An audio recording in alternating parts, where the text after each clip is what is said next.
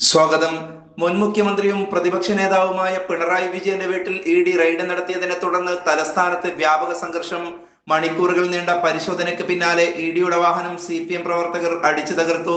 തിരുവനന്തപുരത്ത് ബേക്കറി ജംഗ്ഷനിലുള്ള പിണറായി വിജയന്റെ വാടക വീട്ടിൽ നിന്നും മണിക്കൂറുകൾ നീണ്ട പരിശോധന കഴിഞ്ഞ് പുറത്തിറങ്ങിയ ഇ ഉദ്യോഗസ്ഥർക്ക് നേരെയാണ് അക്രമം ഉണ്ടായത്. കല്ല്, ഇഷ്ടിക, വടി എന്നിവ ഉപയോഗിച്ചാണ് അക്രമം അഴിച്ചുവിട്ടത്. പോലീസും കേന്ദ്രസേനയും കാവലുണ്ടായിരുന്നെങ്കിലും ഇ ഉദ്യോഗസ്ഥരുടെ വാഹനം ആക്രമിച്ചത് വലിയ സുരക്ഷാ വീഴ്ചയായി. കാറിന്റെ ഇരുവശങ്ങളിലെയും ചില്ലുകൾ അടിച്ചു തകർത്തു. മുൻവശത്തെ ചില്ലുകൾ ഇഷ്ടിക കൊണ്ട് എറിഞ്ഞാണ് തകർത്തത്. പിന്നിലെ ചില്ലുകൾക്ക് പുറമെ റിവ്യൂ മീറ്ററും കൈകൊണ്ട് അടിച്ചു തകർത്തു. സംഭവത്തിൽ വനിതാ ഉദ്യോഗസ്ഥ അടക്കമുള്ളവർക്ക് പരിക്കേറ്റു. വാഹനത്തിന്റെ ഡ്രൈവർക്ക് കണ്ണിന് സാരമായ പരിക്കുണ്ട്. തമ്പാനൂർ പോലീസ് സ്റ്റേഷനിലെത്തിയ ഡ്രൈവർ പരാതി നൽകിയതോടെ പരുക്കേറ്റ ഇ ഉദ്യോഗസ്ഥരെ ആശുപത്രിയിലേക്ക് മാറ്റി. പിന്നീട് ആക്രമിക്കപ്പെട്ട വാഹനം സ്റ്റേഷനിലെത്തിച്ചു. അതേസമയം അക്രമികളെ തടയാൻ പോലീസ് ലാത്തി വീശുന്ന സ്ഥിതിയുണ്ടായി.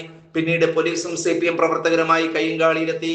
കടകംപള്ളി സുരേന്ദ്രൻ അടക്കമുള്ള മുതിർന്ന നേതാക്കൾ സംഭവ സ്ഥലത്തുണ്ടായിരിക്കെയാണ് CPM പ്രവർത്തകർ അഴിഞ്ഞാടിയത്. News desk right media.